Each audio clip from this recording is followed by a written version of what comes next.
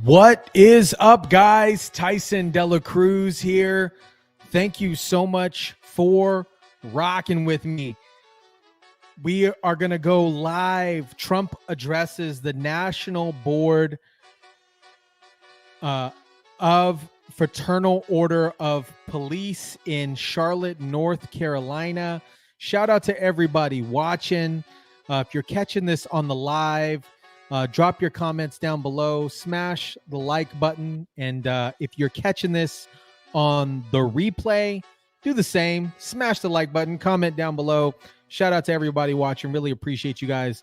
Today was a big day. Today was a very big day. I'm going to pop the screen at the bottom so we know what we're watching down below. But today was a really big day, guys. Judge Marchand delays the Trump hush money trial sentencing to November 26th. It's a big day. And then Trump addressed, he had a quote unquote emergency press conference earlier today. And then Elena Haba, man, she is a wrecking ball. She is fantastic. Shout out to everybody watching. What's up? What's up? Really appreciate you guys. I'm going to pop you guys on the screen here. Boom. Boom. Yeah, he did. He did call out that New York press conference. I'm going to share this real quick. And as soon as he jumps on stage here at this address, we're going to jump right into that. But I wanted to share. Yeah, it was a fantastic day for Trump and the Trump team. Fantastic day. The hush money sentencing trial was postponed until November 26th. Let's see what they're doing on stage. They're not doing much on stage, but I'm going to share this real quick before they jump into this. And this is his attorney, Miss Hubba. Let me share screen. Boom. And then as soon as it goes live, we're going to jump into the address. Here, let's share this. Boom. His attorney is a wrecking ball. Good afternoon.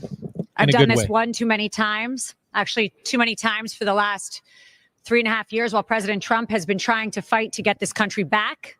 And I want to speak to the American women, and I want to speak to the people that need to get out and vote on November 5th. I have sat with President Trump for years now, while he has been targeted with lies and with judges, AGs, and DAs who have specifically run in this city and others on getting Trump. The Trump administration will fix this problem. We will stop Kamala Harris's regime, because she was there, let's not forget that, and she still is, of using officials from the White House, putting them in DA's offices, in AG's offices, and attacking your political opponent. And this country deserves better than this. We do. We should not be sitting here at a press conference talking about this.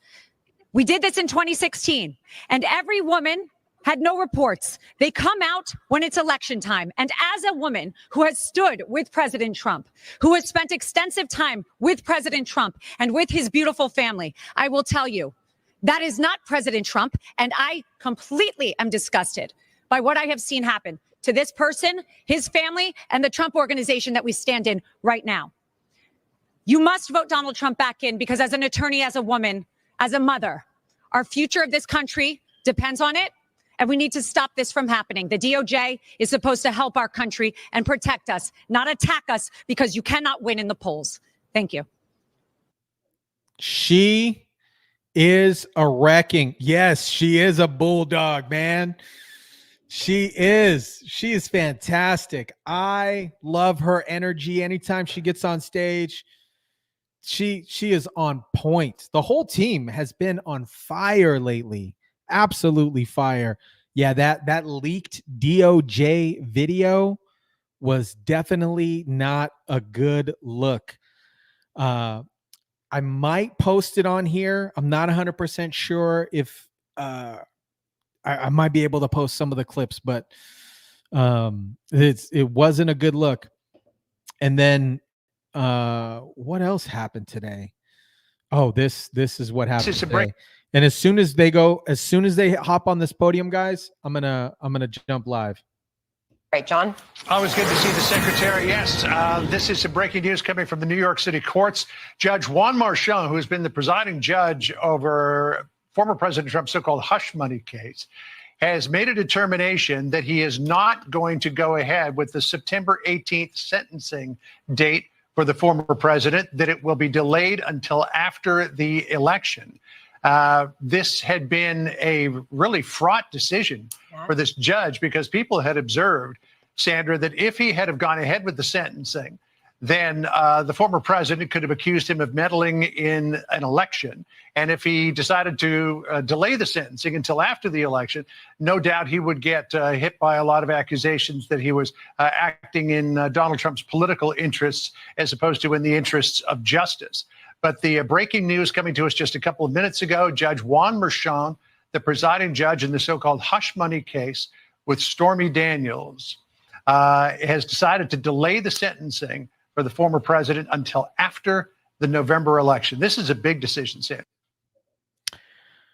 I know. So you asked about Timmy Tampon, Teasy. Let me see. I don't know if he got subpoenaed today. Does anybody know in the chat if he did? I know some stuff came out. Yes. I know some stuff came out today. Let's see. What do we got? Man, they've just been throwing everything at Trump. And he seems unfazed. I don't know when this guy gets sleep. Let's see. I know something came out today with, oh, here we go. Is this it? Let's see. Are you speaking about the CCP? This right here. Let me see if I can. Let's see. Talking about this right here.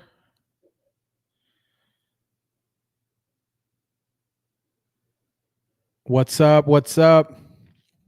Yeah, as soon as they again, anybody who's joining,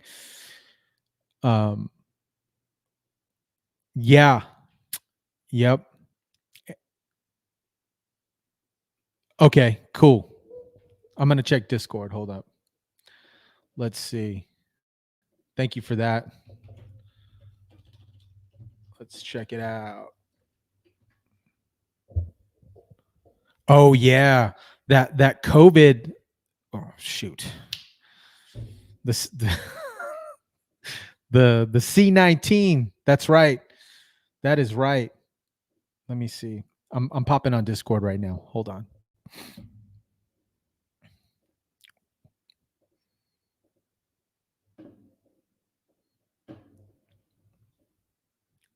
Let's see.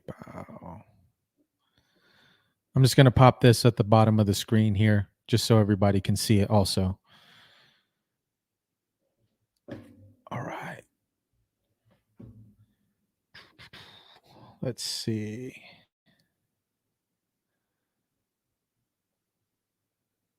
The USA Today article.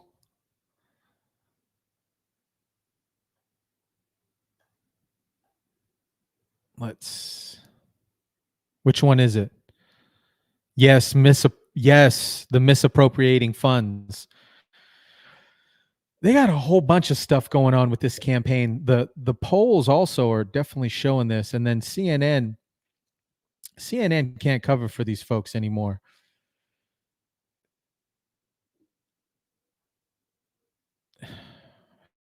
Historian accurately predicts 9 out of the last 10.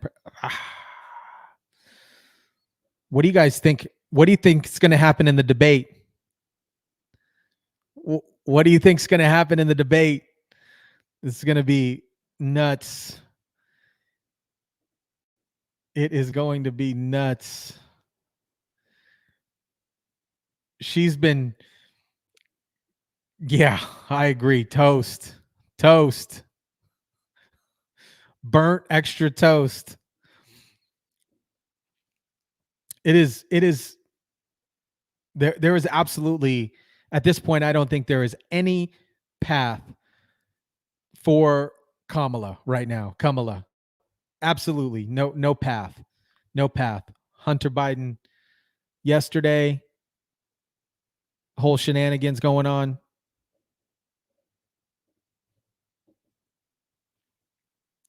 Yes, absolutely. Oh, I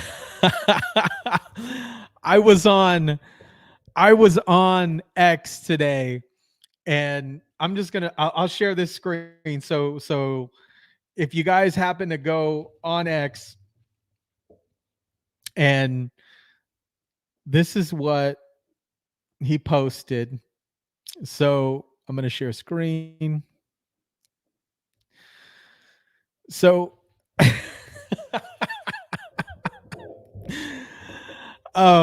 so two things. One, the cringeworthy thing with Kamala today at the pretzel shop, but this was hilarious. I can't read some of these comments out loud, but I'll place them on the screen. So this is from Tampon Teezy's account. So on this particular X, these are the replies on the X. It is, I don't know if you guys can see it. Let me know if you guys can see it, but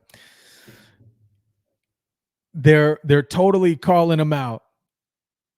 Yeah, I love, yeah, all good with the trolls in the chat. I love it, and I don't even want to call them trolls because it's all love, man. Like, listen, it is what it is. But let's see.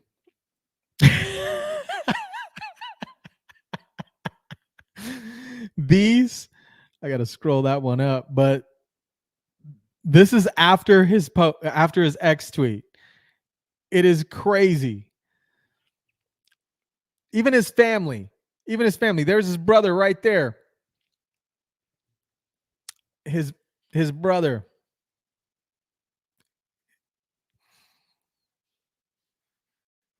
This is, it's just insane. They're not on stage yet, but they're trolling him like Jacob's trolling us in this chat.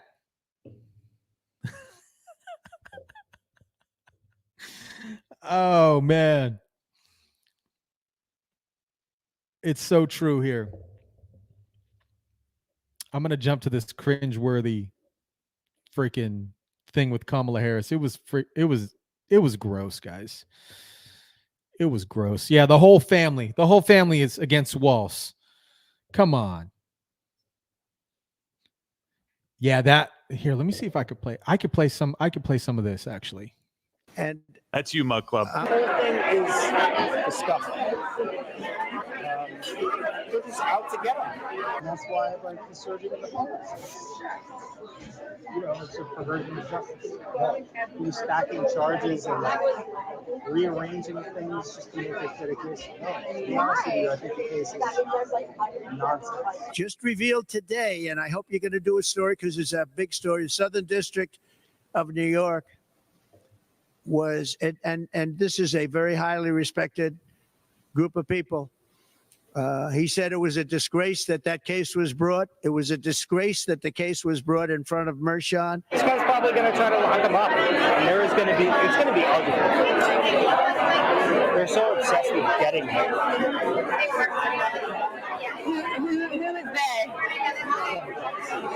The case is a disgrace. Should have never been brought.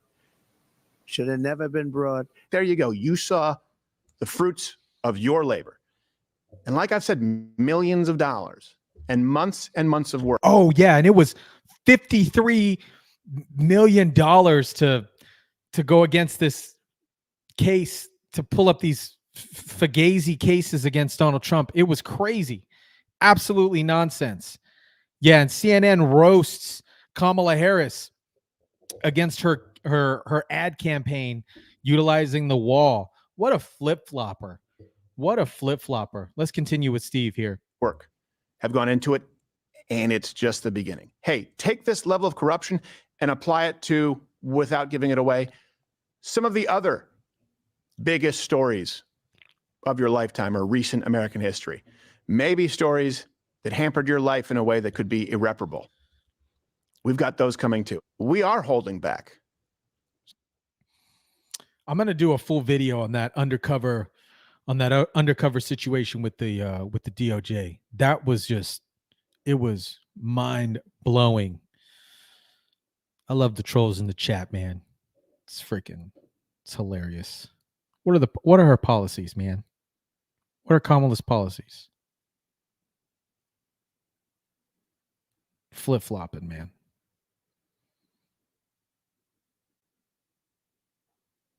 Flip-flopping. Let's see. I'm going back on the chat here. Let's see what this one says. Yep.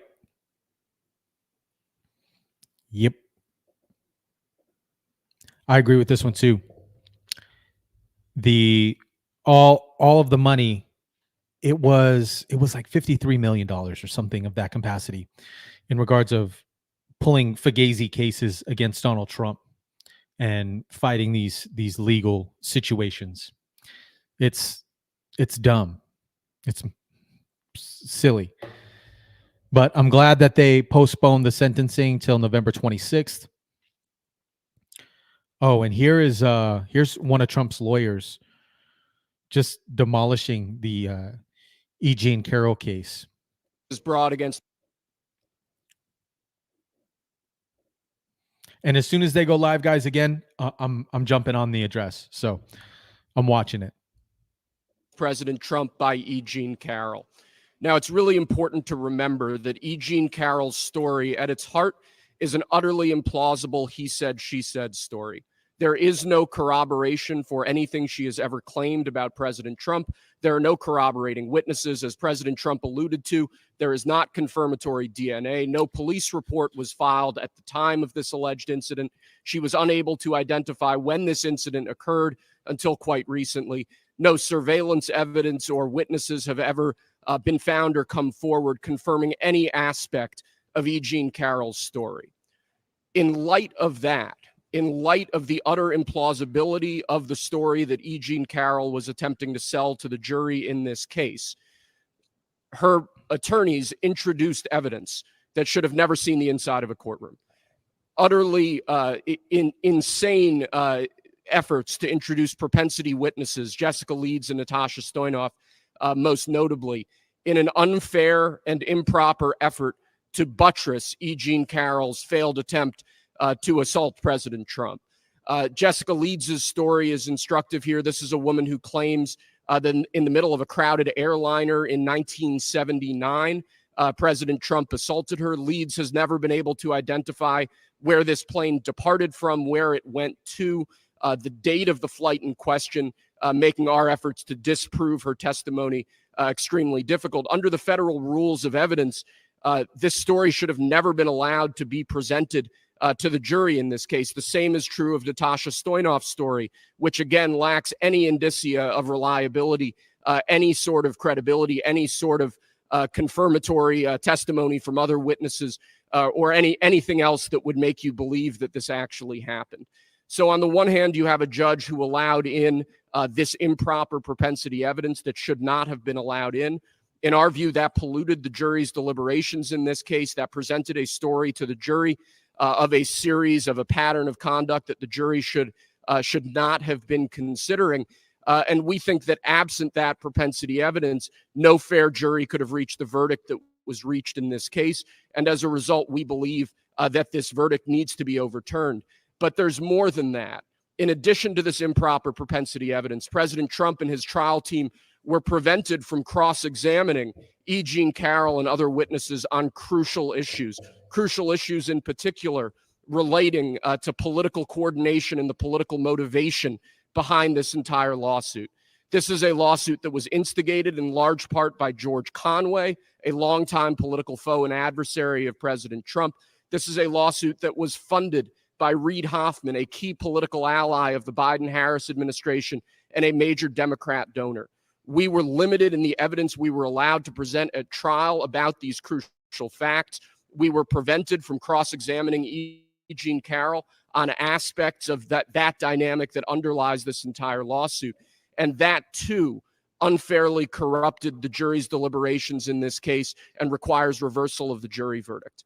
I think this political coordination point is particularly important, though. It's important to emphasize, because what we have seen in the last few years is a weaponization by the Biden administration and by their political allies of our legal system and of our courts to unlawfully, unconstitutionally interfere with President Trump's core First Amendment right to run for president. That is a right guaranteed to him by the Constitution. That is the right that his political opponents are attempting to strip away from him. We have seen this in case after case after case, where unfair political motives have underlay what should be serious legal proceedings. And I think when you look at this situation in toto, when you look at what the left, when you look at what the Biden-Harris administration is attempting to do to President Trump, this is insane. This is an absolute abuse of our legal system. It's an absolute abuse of the rule of law. It should be deeply offensive, not just to political supporters of President Trump, but to each and every American. With respect to today's appeal, we are hopeful that the Second Circuit understands what's at stake here. We are hopeful that the Second Circuit understands what occurred during this trial, which was an improper use of evidence to buttress E. Jean Carroll's entirely meritless claims on the one hand, and an improper exclusion of evidence that would have informed the jury about the true motivation behind this lawsuit, and that we believe would have resulted in a very different verdict. Thank you. In regards to this, the political system against Trump and his campaign is crazy. It is crazy. Trump's said it multiple times and stated, if they could do it to me, what could they do to you? And sorry, I'm just I'm making sure that we're on the feed with what's going on here. But if they can do it to him, what can they do to us? And this is it is a clear example of what's going on here. And it's crazy. It is absolutely mind-boggling to me. And then on the other hand, you know, with these accusations that these individuals are claiming that occurred, most, and I don't want to say most, but they don't have dates, they don't have times, they don't have even roundabout days or times, what's up, when these things happened. And some of this stuff happened, they're saying, like back in the 70s, and they don't know where the plane was going, what airline it was. And to me, it's just suspect. It just seems suspect. You know, I think you would have, granted, if it was that of a traumatic event, you would, you know, eliminate some details, but not all of them. Not all of them. She has no details whatsoever at all. It's crazy. I went on a little tangent there, but gosh, it's just crazy. There was another video that I wanted to share with you while we're waiting. Gavin Newsom vetoed the $150,000 housing credit. Yeah, it is an absolute sad abuse of the justice system. 100%. 100%. It's crazy. Let me see. Where are we at? Oh, this is another one too. There was a lot of news coming out today. Oh, they're hopping up, but there was a lot of news that came out today. Harris campaign was involved in a highly illegal activities involving teachers and students in North Carolina. They were reportedly sending out emails to recruit students to campaign on the Harrison and Walsh behalf. They are popping on stage here. And I'll do individual videos for each of these, but I want to get to this live here. Shout out to everybody watching. Really appreciate you guys. Let's jump into this. Boom. Let's see what the volume is. Okay, so they're just playing. I got to mute it because copyright claims, but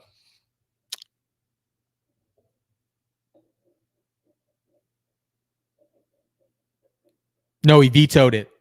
He vetoed the $150,000.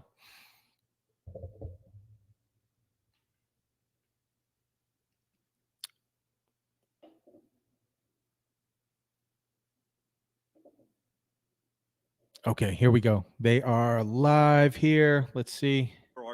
Okay, cool. We're live. I'm going to mute the mic so you guys can watch it. State presidents and FOP leaders throughout this country who represent law enforcement professionals all across America. For over a century, the Fraternal Order of Police has been at very forefront of every meaningful advancement in the law enforcement profession. We've done so because we've achieved this by working together and having meaningful dialogue aimed at a common goal, and that is making our communities and our both safer and stronger, and advocating for the men and women who are brave enough to put on a badge. With over 377,000 members nationwide, our presidential endorsement process is thorough and inclusive, allowing members in each state to make this selection. Specific questions were posed to both candidates regarding policing in America, and candidate interviews were requested. Our members have spoken, and it is my honor to share with you the overwhelming collective will of our membership. We are honored to have with us today the former and future President of the United States, Donald J. Trump, and offer him our enthusiastic endorsement. During his time in the White House, we had a partner and a leader. Today, Mr. President, we stand with you. We stand with you and we have your back, and we're committed to work tirelessly for your election. We stood with you when you championed the First Step Act, a bold and historic effort to reform the criminal justice system. We stood with you when you established a Presidential Commission on Law Enforcement and Administration of Justice, demonstrating your true, genuine commitment to advancing policing in this country, and you did it at a time when it wasn't a political battleground it is now. We stood with you 4 years ago when the public tried to defund law enforcement across this country, and we stand with you today, and we will help make the case across America to every American of why we need you back in the White House in a leadership role. So it is now my honor to welcome the next President of the United States, Donald J. Trump.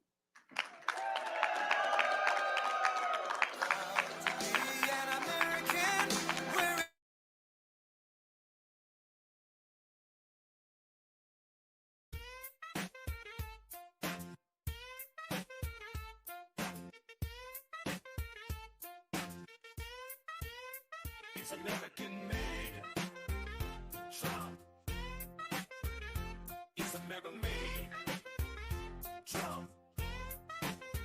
It's American made. Trump. It's American made. Trump. Let's go. He's got the red, white, and blue running through his veins. He was born and raised in the U.S. of A. He's government expected. He's U.S. grade. If you mess with the flag, it's like a slap in his face. He's American made. American Trump. He's American made. He's American made. American Trump. He's American made. Stars and stripes running through his veins. He was born and raised the American way. He wears the heart of his country on his sleeve. He'll fight for your freedom if you really believe. He's American made. American Trump. He's American made. He's American made. American Trump. He's American made.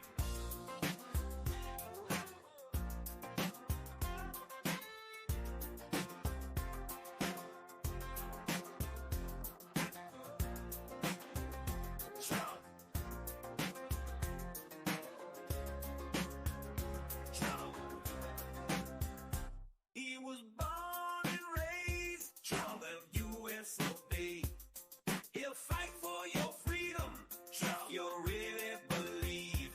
American made. Trump, he's American made. He's American made. Thank you very much. Wow. Thank you. Well, I want to thank you very much, and it's an honor to be. And sit down, please. Go ahead. We'll stay together for a little while. This is a big endorsement for me. This is like 373,077. Boy, that's a lot of protection. That's big protection, and we appreciate it very much. It's an honor, and I'm thrilled to be back with the incredible heroes and patriots of the Fraternal Order of Police, an incredible group and a group that's highly respected all over the country. You don't hear it, but I will tell you, it's true. To all of the law enforcement men and women here today, I respect you so much. I admire you, and as your president, I will always back the blue as I did. I backed the blue more than any other president.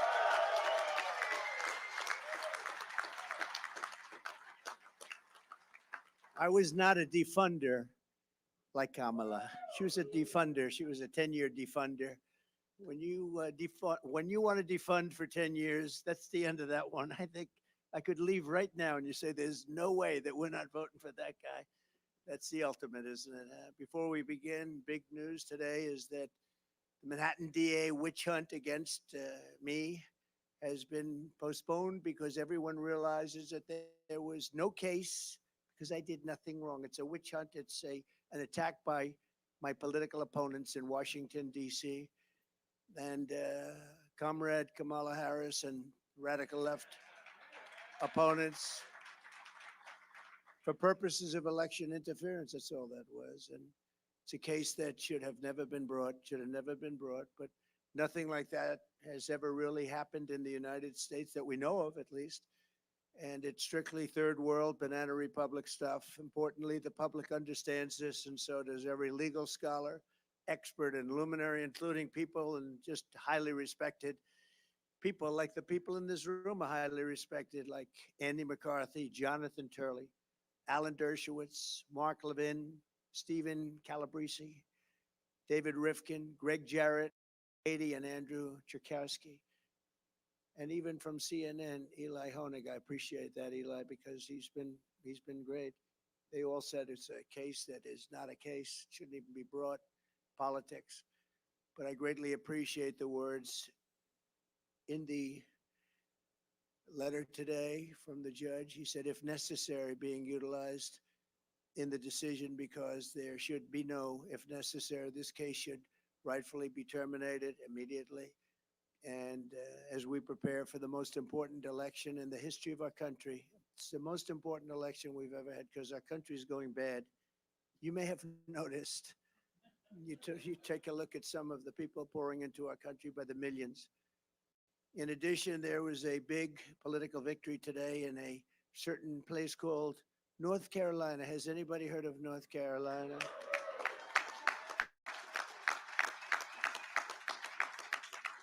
I even have a grandchild, very beautiful grandchild named Carolina.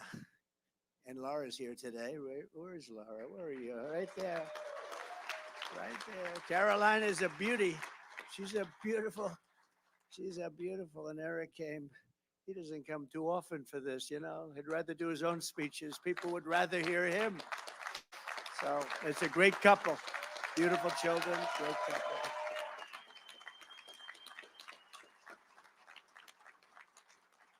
You know, she loves this state so much. And she said, oh, don't worry, you're going to win. They love you here. And she grew up here and had a great life here.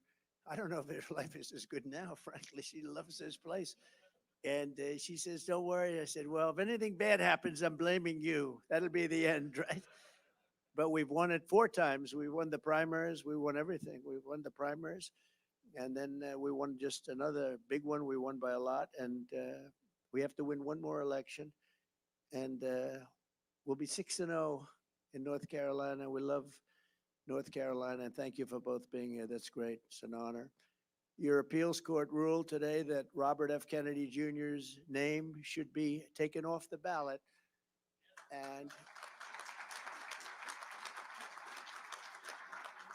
And that sounds like a bad thing for him. It's not. It's actually a great thing. He's an incredible team player. And he didn't want anybody to be voting his name because, as you know, he fully endorsed us. He's with us. He's going to be watching out for women's health and everybody's health, and got a lot of great things to say. He's very smart, very good, great person, and very popular.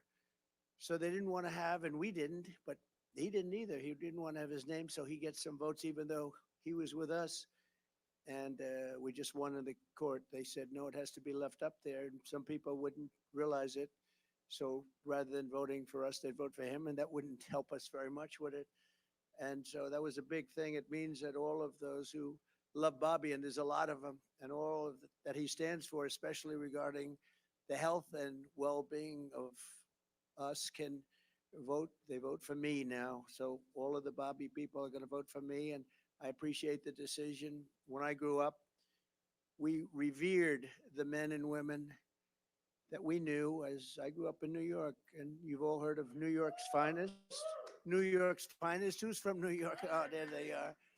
You guys have been, you guys, you know, New York's finest endorsed me, and they're not supposed to. They said, we don't care. We're endorsing you anyway, right? But I appreciate it. Thank you very much.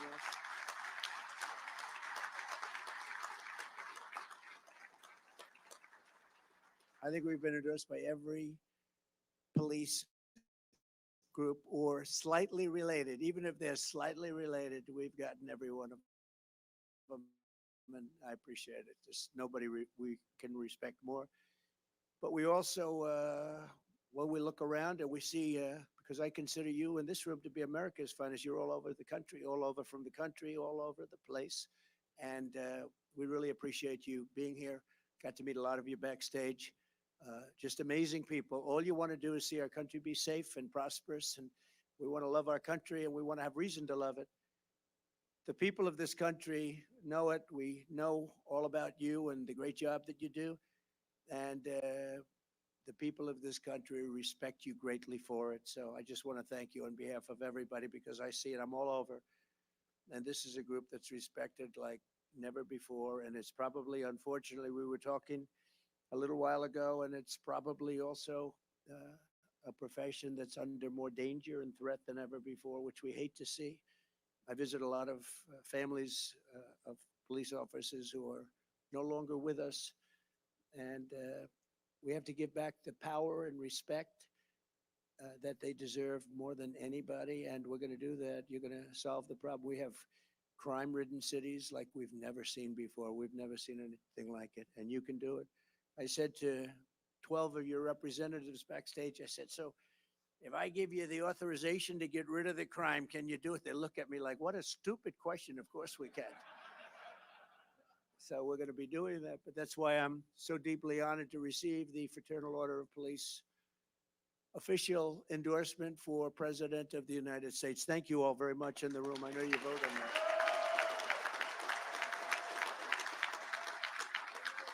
Thank you very much.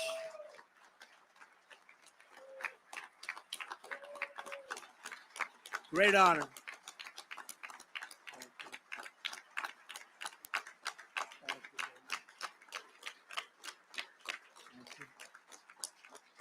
Thank you very much. Thank you, Patrick. I want to thank Patrick and every officer here this afternoon. It's really something I will not forget. 373,000.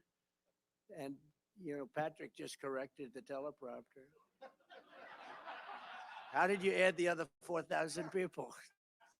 They want to join so badly because they think we're going to win. Everyone now wants to be doing that. Huh? He said he doesn't think he knows. Thank you very much. So to think that numbers like that, I mean, that's a big group. That's the largest group in the country by far, I guess, right? I also want to thank RNC Chairman Michael Watley, who used to be, as you know, the Republican Party chairman of the state, and we won the state so beautifully and frankly so easily. And he was very much into securing the vote. That's why he's the head of the whole. Look, if we can keep the cheating down to a minimum, because these people cheat, they cheat like hell. If we can keep it down to a minimum, we win easily. If we had, let's say, a beautiful vote counter, an honest person comes down from on high to count the votes, we win, I could stop campaigning. I could tell Michael and Laura, I don't have to come anywhere anymore. I'm just going to relax but we have to win, you know. Too big to rig is the statement we use. But Michael and Laura, who's the co-chair, have been working really hard. So thank you, Laura, very much. We appreciate it. Very much appreciate it. As we gather today, American cities, suburbs, and towns are totally under siege. Kamala Harris and the communist left have unleashed a brutal plague of bloodshed, crime, chaos, misery, and death upon our land. Other than that, they're doing actually quite well. Thank you. Just yesterday, 3 police officers were shot in Milwaukee, very tragically. 31 people were shot and 5 were killed in Chicago over Labor Day weekend. Can you imagine that? It's worse than in Afghanistan. We hear about Afghanistan and all these places. They don't compare with numbers like this. Baltimore is now facing the single most deadly drug crisis of any city in American history, and the number of homeless people on the streets of New York has just reached a 20-year high, and it's going a lot higher than that. Hundreds of thousands of illegal aliens. You know, you can't, according to look at all that fake news back there, but you can't. They don't like illegal migrant. They don't like illegal alien. They don't like anything. They want you to call them citizens, future citizens. You ever hear that one? Future citizens of our country. That's what they want to hear, but I don't think this room's inclined to do that. In city after city, the law-abiding citizen is forced to live in fear and danger and in filth. Mothers can't take their kids to the park. Graffiti is everywhere. The innocent are victimized in random attacks. Very brutal attacks and slayings are absolutely commonplace. Mobs of criminals walk into stores and clean out thousands of dollars in merchandise with absolutely no fear of punishment because you're not allowed to do your jobs. You can't even go to a pharmacy without everything being locked behind glass. The new thing in New York, you go to a pharmacy to buy aspirin, to buy a toothbrush, and it takes you 45 minutes to get a clerk to open up the glass because people are walking in just taking as much as they want. I don't know if you know that in San Francisco, which this woman, our opponent, I would say our opponent, I think we could, anybody in favor of her in this room, by the way? Let me just, okay, then I can safely say our opponent. But she, no, she destroyed San Francisco, but she came up with a great idea. You can steal as much as you want, up to $950, and nothing happens to you. After that, nothing happens to you also, if you want to really, when you think of it, really nothing happens to you no matter what the hell you do. Unless you happen to be running for office and you accuse the election of being fraudulent, then a lot of things happen, okay? But other than that, nothing happens. Think of that, 950. So guys are walking in with calculators. You have criminals walking in, they're adding it up because they know if they stay below 950, can you believe it? 950 is like a lot of money, isn't it?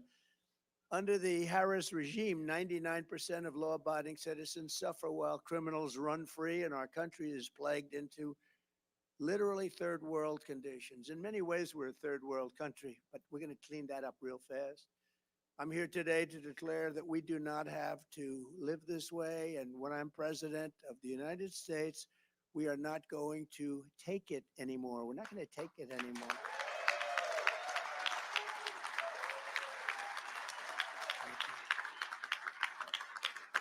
Thank you.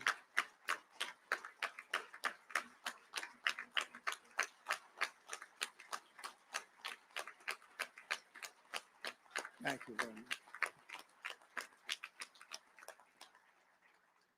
And frankly, no country can sustain what we're going through with 21 million people allowed to come in from places that we don't want to talk about, but we will. Since Kamala Harris took office, she has presided over a 43% increase in violent crime, including a 58% increase in rape and an 89% increase in aggravated assault. And under Comrade Kamala, assaults on police officers are up a minimum of 32%, and many of them are not reported. And if they are reported, they're not taken down. And shootings of our police officers are up by over 16%. The day I take office is the day that Kamala's crime wave comes to an end. It's a crime wave in our country. We've never seen anything like it. And frankly, you know, we talk about all of the problems that we have, and they list them, and usually the economy is number one. To me, the number one thing that I get spoken to by the people, and I meet so many people, is crime. I mean, they can't believe it. They can't walk out of their apartments and buy a loaf of bread without getting mugged or wrapped or shot. You look at Chicago, it's like, it's not even believable. They had actually, the numbers I read to you were very minor compared to about 2 months ago, where they had 117 people shot and 17 dead in one weekend. Think of it, 117 people were shot and 17 died. And the fake news doesn't talk about it very much. But we take back our country, and we will take back our country very soon for the law-abiding citizens of America, because this is about the law-abiding citizens, not the criminals. They're protecting the criminals and not protecting the law-abiding citizens. We can't let that happen.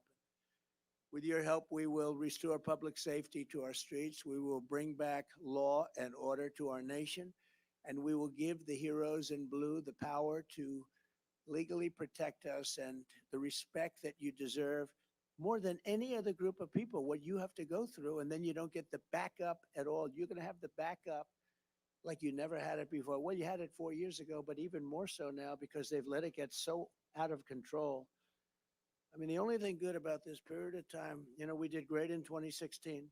We did much better in 2020. I hate to tell you, we did much better. Got millions more votes. I was told if you got the same number of votes, you can't lose. We got millions more votes than we got in 2016. And in 2020, with all of that, the only thing good about it is that we see how badly things are. I think the reason the spirit is more now than 2020 or 2016 is because they saw how bad it was. It's been so bad.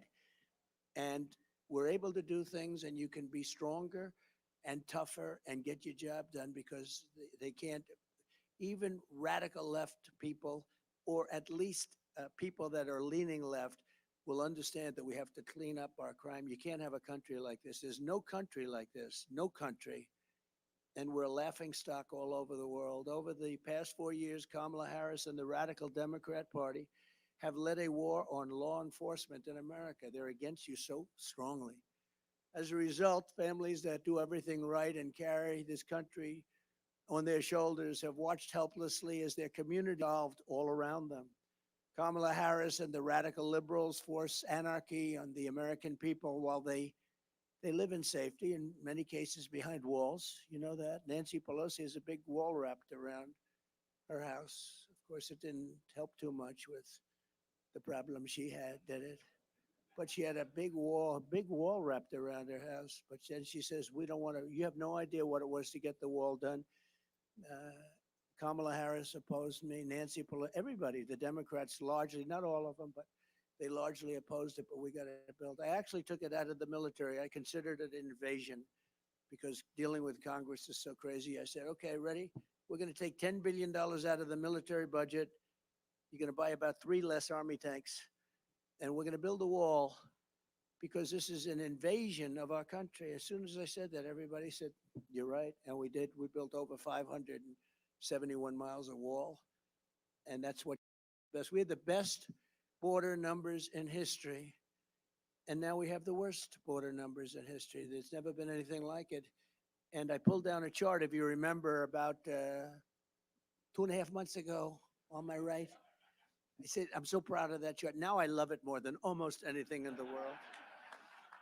I love it more than I even love the police. Can you believe it? No, I pulled down a chart. I always look to my left, always. And I seldom use it. I use it maybe 20% of the time for speeches. But it's always on my left. It's always at the end of the speech. And this time at the beginning of the speech, I said, pull down that chart. And if I didn't turn, I wouldn't be speaking with you today. So I love that chart. That chart is beautiful. I love that chart. I pulled it down. I said, boy, that is one beautiful. That's one beautiful, the yellow and the blue and the red, right? Anyway, but what that chart showed and shows is the numbers. You see, it went way down to almost nothing. And that was my final week in office. And then it went like a rocket ship right through the sky. We've never had anything like it. No country has ever had anything like it. Wealthy liberals destroy cities with defund the police. And there's still that movement that you just can't shake it. And sanctuary for illegals while they move further into gated compounds. They set loose violent repeat offenders with no bail while Marxist prosecutors harass and threaten police officers who protect the hardworking citizens. They don't want you to protect the people. It's hard to believe, actually. You know, sometimes you say these things, and as you're saying them, you're saying, is that right? But that's right. It's, you know, it's pretty hard to believe. Like, why would anybody say we don't want to have a border? Why would anybody say the whole world can empty out into our country, even though it's not sustainable? Why would anybody say something sort of simple like, we want men to play in women's sports? Why do they want to say we want men to play in women's sports? Why was that? Did you see the Olympics where they had two fighters, two transitioned fighters? They transitioned. This is the proper way of saying it. I say that just in case I don't want to get myself in trouble with the media, the fake news. And they had two fighters. And you see the one young lady, beautiful young lady, and she was a fighter from Italy. And she fought a transitioned person who gave her just, boom, a left jab. Now, jab, for those that don't know, fight, that's just sort of, you know, keep it going before you give it. Boom. She backed up. Whoa. Then he did another jab and she quit. She said, I've never been hit like that in my life, right? She quit. Anyway, he went on to win the gold medal easily. And the other one went on to win the gold medal easily. But you have to see the weightlifting stats, where an eighth of an ounce is added on. And for 18 years, they had a record. Then some guy comes along, I mean, some transition person. Have you lifted before? No, I haven't, not much. Oh, good. Well, good luck. Let's see. Bing. It's crazy. These people are crazy. And it's so demeaning to women. I mean, someday, you know, these women are great athletes. The whole thing is crazy. But I know you love it, right? This man on my right, he must love that. As he sees, he's seething. I just watch him watching. He's seething as he watches this stuff, right? He's actually looking and he can't even believe it, right? He can't even believe it. Anyway, but as president, I will break the grip of the Marxists on our justice system, and I will end Kamala's war. And it's her and a group of people, but it's a war on police. And together we will launch a war on violent crime in America. We have to. We are a laughing stock all over the world.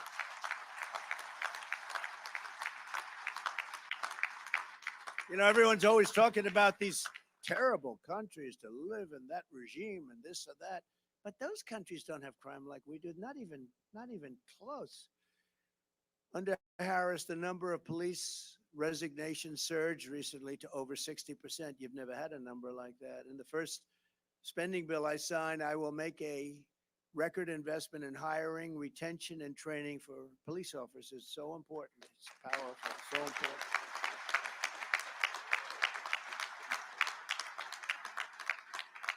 And you remember when I was president, I gave you billions of dollars worth of military equipment that was unused. It was in the storage rooms. We talked about it. It was in the storage rooms. We talked about it. Remember that a few years ago? And I made it available to the police. I took such heat. They said, it looks too powerful. It looks police-like. I said, isn't that a good thing? I mean, that's a good thing. But I gave you billions of dollars. It was sitting there drawing dust, billions and billions. It had storage houses all over the country, big storage houses of trucks, and a lot of it was defensive material too, and defensive Jeeps with armor plates all over them, and a lot of great stuff. And I gave it all out to the police. Took a lot of heat. I thought it would be a popular thing. It was with the police, but the crazies out there, they thought it was just a terrible thing. They thought it looked too powerful. And you got it, and we saved a lot of lives with that equipment, right? We saved a lot of lives, and we saved a lot of rent. We also saved a lot of rent that we didn't have to pay to all these storage places all over the country. We're going to get you pay raises and reinforcements. We're going to get you reinforcements because you need them. And Harris repeatedly sponsored legislation to strip police officers immunity. You know, it's interesting when you say the word Harris, nobody knows who the hell I'm talking about. Harris. Harris. They say, who is Harris? If you say to a person, what's our vice president's name? They don't know. Now, Kamala is an unusual name, but at least you know who we're talking about. When I say Harris, nobody knows who the hell I'm talking about. They say, who is that? So maybe we'll refer to him more as Kamala. It's a little friendlier too, but it's hard to be friendly with somebody that wants to destroy our country. She's right now practicing. Do you know that? She's in Pennsylvania, and she's practicing for the debate. She's locked herself in a room. She's got a lot to learn. She's locked herself in a room, and they have one problem. You know what the problem is? They have MAGA outside screaming, we love Trump, we love Trump, we love Trump, and they can't focus. Can you believe it? Just came over. They got MAGA people all over the place, and they're screaming, we love Trump, and she can't focus. That's okay. As president, I will sign legislation to strengthen protections for police officers, so important, and I will crack down on Marxist prosecutors like Philadelphia's Larry Krasner and LA's George Gascon. No, it's unbelievable. These people, you get a murderer. This guy just shot 3 people and he's out on the streets in 2 hours. It's crazy. No bail, cashless, they call it. No longer will corrupt DAs be allowed to engage in selective and race-based enforcement of the law. My administration will issue hundreds of millions of dollars in federal grants to reward cities and towns and return to proven crime-fighting methods, including stop and frisk and broken windows policing. We did that with Rudy Giuliani. It was so successful. You know, New York, before Giuliani, New York was at the edge. It was a hopeless situation. And Rudy came in and he did the stop and frisk thing. And he did at numbers that were moderate, good. You can't go crazy, but they knew what they were doing. And they did the windows, and the window sounds like a ridiculous idea, but when they had all these burned out places, they made them look livable. And we went from a crime-ridden city to the safest big city anywhere in the world. You know, it's a big accomplishment. He doesn't get the credit he deserves, I will tell you that. But we'll get the homeless and the dangerously deranged, of which we have many off of our streets. And many are coming in because I said they're coming in from the mental institutions all over the world. And we'll get them the help they need. It's a very hard thing to get the help they need. And many of these people are never going to make a comeback. You know that. They can't make a comeback. It's horrible. It's a horrible thing. But we'll make our towns and cities safe again. We'll make them clean and beautiful once again. And we'll have places that you live in the manner to which you're supposed to be living, because people are living in hell right now.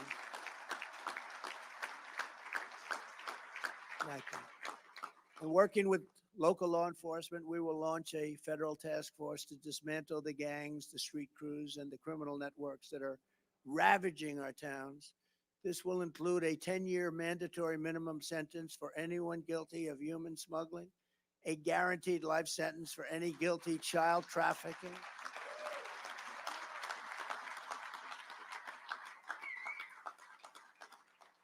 and the death penalty for drug dealers and anyone guilty of child or woman sex trafficking, which they are doing at numbers which are massive. And we're also calling for a strong death penalty for anyone who kills a police officer. Right? Get that done. We'll get that done.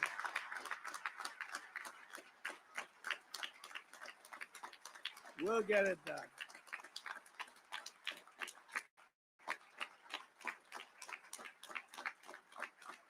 Thank you. Thank you. Kamala actually claims that crime is down on her watch. Can you believe this? Crime's down. They lie. Crime's down. Crime is through the roof. They forgot to include about 9 cities that are the worst cities in the world. You know, they forgot to include Chicago, a few of the others. And that was the FBI. That's a shame. They issued stats, and everybody was surprised that crime was about the same or maybe a little bit down. And then we found out that they didn't include, just like they didn't include 818,000 jobs in their jobs report. They were missing 818. They said 818,000 more people. It turned out to be the total fraud. At a certain point, it becomes fraud.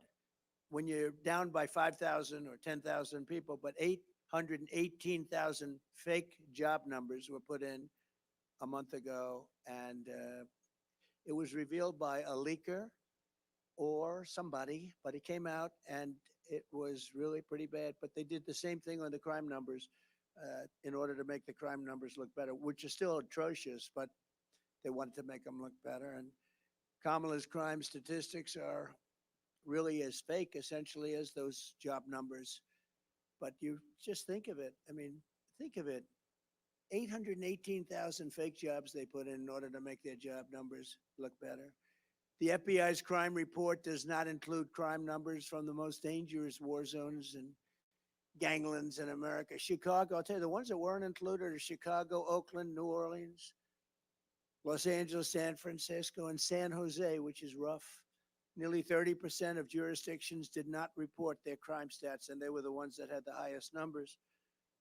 So that's why your crime numbers were terrible, but they didn't look as bad as they should. Crime is worse today than at any time in our country's history. Kamala Harris destroyed San Francisco. She destroyed California. Now she's destroying America. She will destroy this country. She will destroy this country. And now that people are seeing what's going on, nobody knew who the hell she was, in all fairness. She was vice president that nobody knew. She shouldn't have been vice president. If they call threat to democracy. She's a threat to democracy. The way they call me, a threat. I take a bullet in the head and I'm a threat. No. She's a threat to democracy. Think of it. But she didn't get any votes. He got 14 million votes. She got none. Zero. She was the first one out of 22 people to leave. She left the race because she got no support. And now she's running as the Democrat candidate. And I say that's a threat to democracy. They're the real threat to democracy. They use that. That's just a standard line. Donald Trump is a threat to democracy because he wants to stop crime. These people are very mixed up people. This November, the law-abiding citizens of our country are going to tell her, Kamala, you've done a horrible job. Remember The Apprentice? You couldn't be worse, and we're not going to let you do it again. Kamala, you're fired. Get out of here. Get out of here.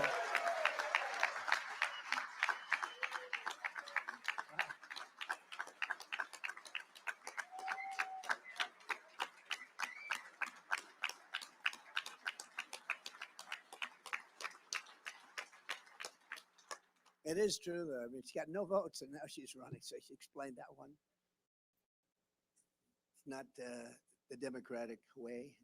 It's not a Democrat. I never call it, they call it the Democratic Party because it sounds so nice. I call it the Democrat Party. It's actually the Democrat Party. They ought to change the name. They're always arguing that. I always call it it's called Democrat Party. Democratic sounds so beautiful, the Democratic Party. It's even nicer in a speech. But they ought to change the name instead of complaining. And you know what she could do? All these things that she complains about right now, she should go and fix them. She shouldn't even go to the debate. Go back to Washington, D.C. and fix all the things she's complaining about. There's no problem. As DA of San Francisco, Kamala was the original Marxist prosecutor. She was the original. She shielded illegal alien crack dealers from deportation at a level that nobody had ever seen before. She refused to seek the death penalty for an animal who killed a police officer. She didn't even call the officer's family. She refused. She didn't want to call his family. As California Attorney General, Kamala redefined sex trafficking, and child sex trafficking, and assault with a deadly weapon, and rape of an unconscious person as totally nonviolent crimes. Kamala then called herself a leader of the movement for no cash bail. She was very proud of that, no cash bail. That has done more to hurt our cities than almost anything I can think of.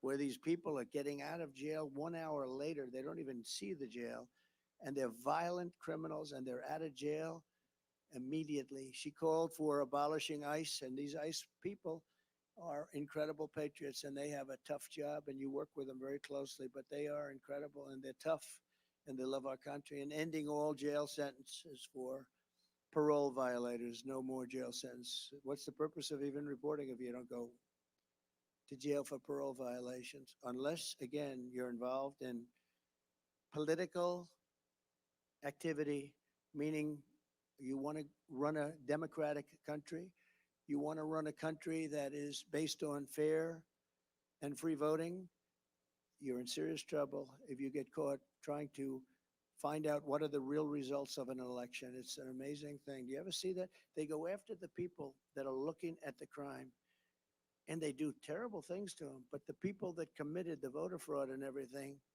they can do whatever they want to do. It's so crazy. And I hope you, as the greatest people, just as great as there is anybody in their country, I hope you watch for voter fraud.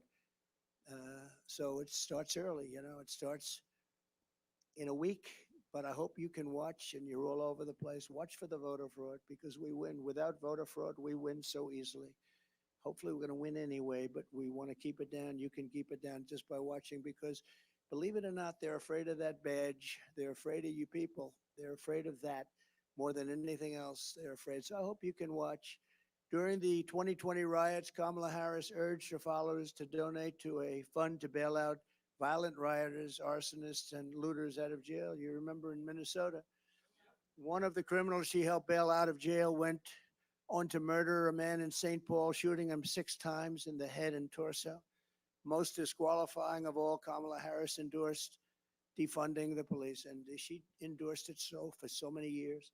No politician who endorsed Marxist defund the police lunacy should ever be the president of the United States, because that's your philosophy.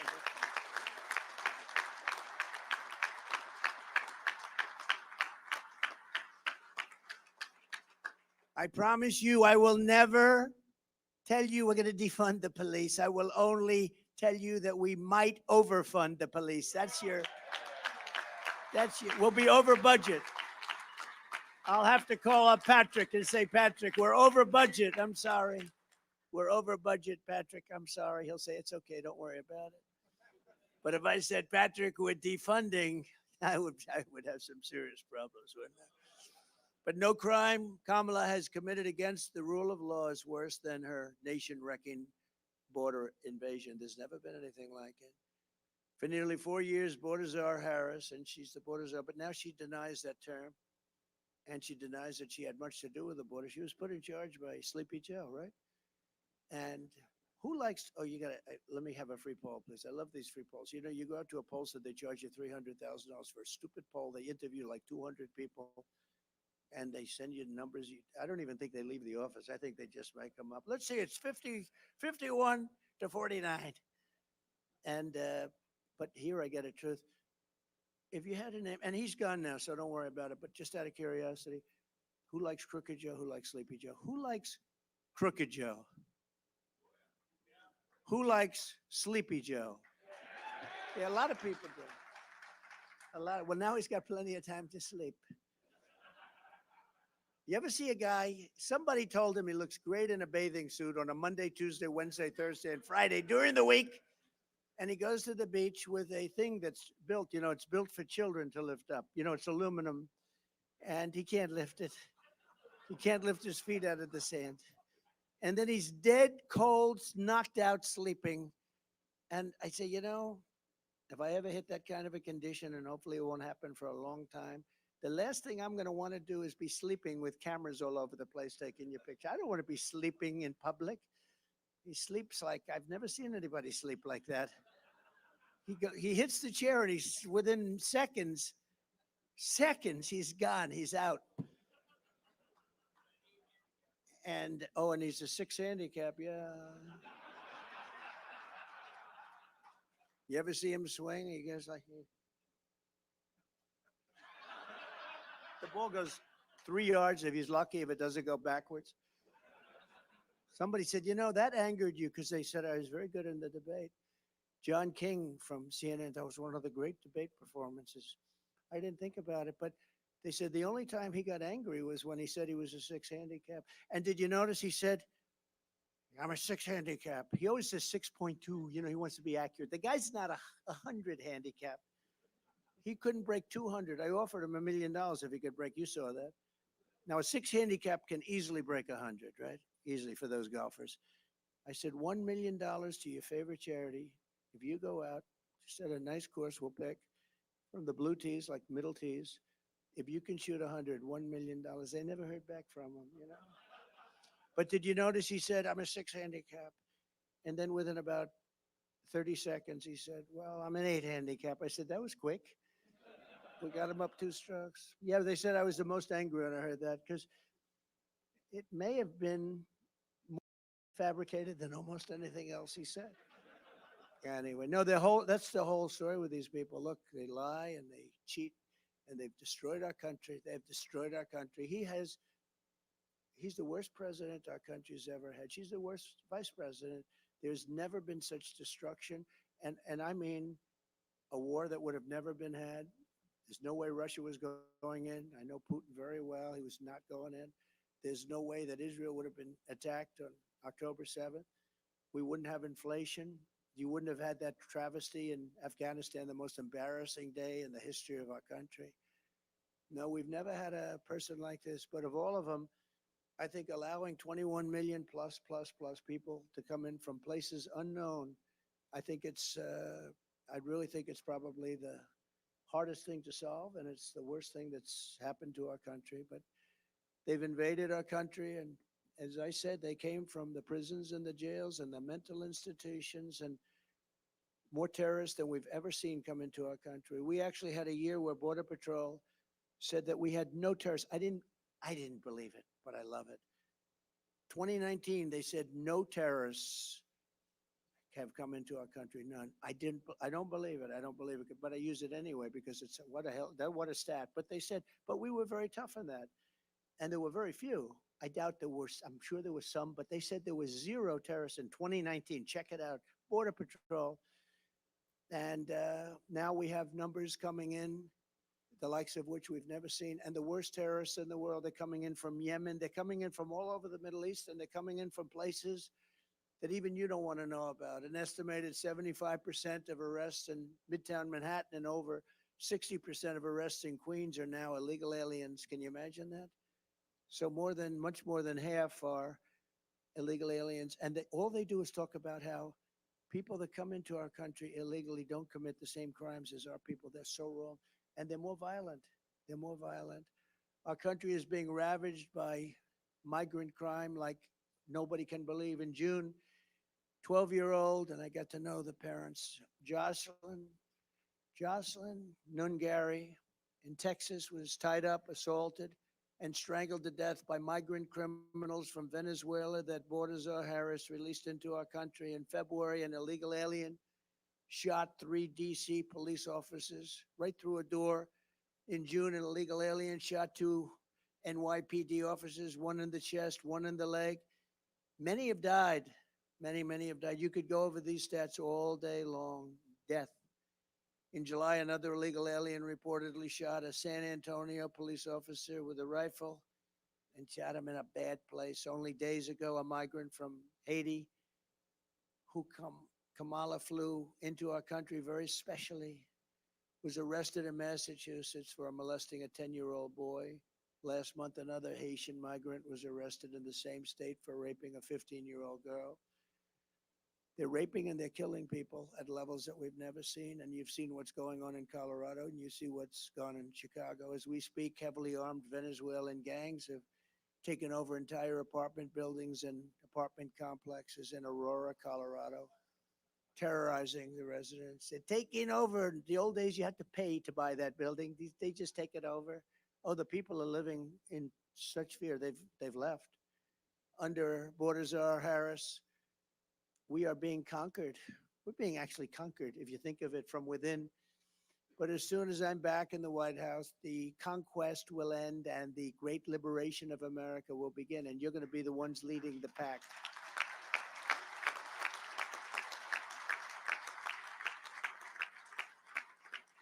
We will take back every single square inch of American territory, and that's been invaded by these migrant gangs. It's been taken over. I mean, real estate patches have been taken over, and this is just the beginning. You haven't seen anything yet because they're just sort of getting. And how about what they're doing to our schools? They're going into schools, they're beating the hell out of our other pupils. We're giving them chairs, and we're telling people that have been there, families that have had their children in that school, you can't go to that school anymore. We will dispatch ICE and the elite teams of federal law enforcement to clear out the gangs from Aurora and every other American city that's being torn up and victimized. And we'll get MS-13 and other vicious gangs out of our schools, out of our high schools, your communities, and out of our country. We're going to get them out of our country fast. You know, when I first came in, MS-13 was all over the place. We had so much. And I said, take them back to their country, Honduras, Guatemala. Take them back, El Salvador. And a general told me, sir, we can't take them back. Why? They won't accept them. When the plane is ready to land, they have major aircraft landed all over the runway. So you can't land the plane. The buses are stopped. They broke up the roads, so you can't get the buses in. We can't get them back. They won't take them. They told us, don't even think about bringing them. We'll end up in a big fight. I said, how much money do we pay those? It was 3 countries in particular. And they have MS-13 criminals, the worst gang members. They make our gang members look like very sweet people. That's the only thing good about it. Our criminals look so nice by comparison. These are rough people. I said, how much money do we give these people? They said $750 million. Sir, it's $750 million, sir. I said, let them know that effective immediately, they're not getting any more money. You know, we give it as foreign aid like fools. We give so much money to people that don't have any respect for us at all. Tell them the money is cut off. They are defunded. I wish I used that term. We're defunding. We're defunding them. They're delinquent. We're defunding them. And they told them that. And the next day I get a call from the 3 countries. It was like almost early in the morning on the Oval Office. Sir, there seems to be a problem. Is there anything I can do? You have to understand, they wouldn't let for years anybody come back. They got them out. They got their criminals out of the country, gave them to us. When we sent them back, they said, sir, is there anything? Is there a problem? I said, yeah. You sent in caravans all of these people, and you're not taking them back. You're going to take them back. Sure, we would love to take them back, please. It would be our great honor to have MS-13 back in our country, sir. It would be our great. We love MS-13 very much. They only kill 5 people a year per person. And they took them back. I still didn't pay them. I still didn't pay them. But you know, I just found out that now they're getting $4 billion with Biden, $4 billion instead of the $750 million, and they're behaving worse than they've ever behaved. I will support mandatory minimum sentences of 20 years for illegal alien gang members caught committing gun crimes, drug trafficking crimes, or acts of violence, or we'll send them back to their country with the assurance that they'll be put in prison. And I will make their home countries pay for the cost of their imprisonment through reduced foreign aid and high tariffs or taxes if they don't behave. You know, the tariffs are great. If they don't behave, you just say, that's okay, you don't have to behave. I'm putting a 50% tariff on everything you send in. And they behave like little babies. The days of foreign nations dumping their criminals into America are over. I will stop the invasion. I will shut down deadly sanctuary cities, and we will carry out the largest deportation operation because we have no choice in the history of our country. By sealing the border, we will also push back the flood of fentanyl and other deadly drugs that's pouring into our country at record numbers. Under my administration, we reduced drug overdose deaths for the first time in nearly 3 decades by quite a bit, but nothing like it could be. Because the only thing that's going to stop drug dealers from doing their job is a thing called the death penalty. And I don't know if people are ready for the death penalty. You know, a drug dealer kills during his or her life an average of 500 people. So when you say the death penalty and it ends, I was in China with President Xi before COVID. I got along with him very well. After COVID, I didn't really deal with him. I wasn't so thrilled with him, but I got along with him, had a good relationship. I said, you have 1.4 billion people. Do you have a drug problem? No, no, no, we have no drug problem. And what do you attribute that to? Death penalty. Death penalty for drug dealers. They have no problem with 1.5. They have no problem. The only problem they have is they send the drugs to us. Under Kamala, drug overdose deaths are up 18%, but we're going to stop the scourge. I will sign an executive order on my first day, making it the official policy of the U.S. government to completely eliminate the presence of drug cartels and foreign gangs in the United States. We're going to eliminate them. And as I did 4 years ago, we will deploy the U.S. Navy to impose a full blockade on cartel activity, because what they do is you block up the land all of a sudden. The money they make is astronomical. Boats are no problem. Getting the boats, buying the boats, owning the boats, no problem. I will get China to give their maximum death penalty to dealers of fentanyl. I had that deal worked out with President Xi. And then when I left, they didn't do it. They didn't get it done. He probably said they forgot. They probably did.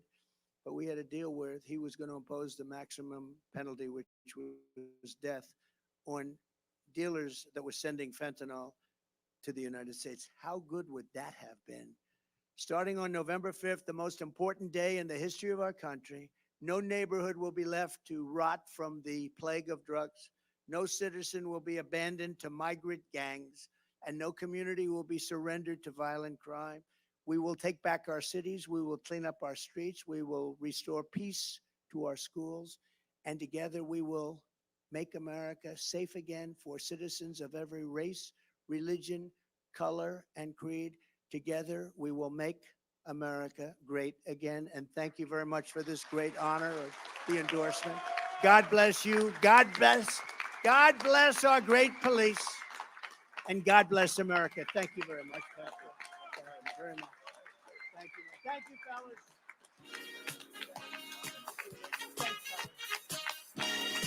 Thank you very much, everybody.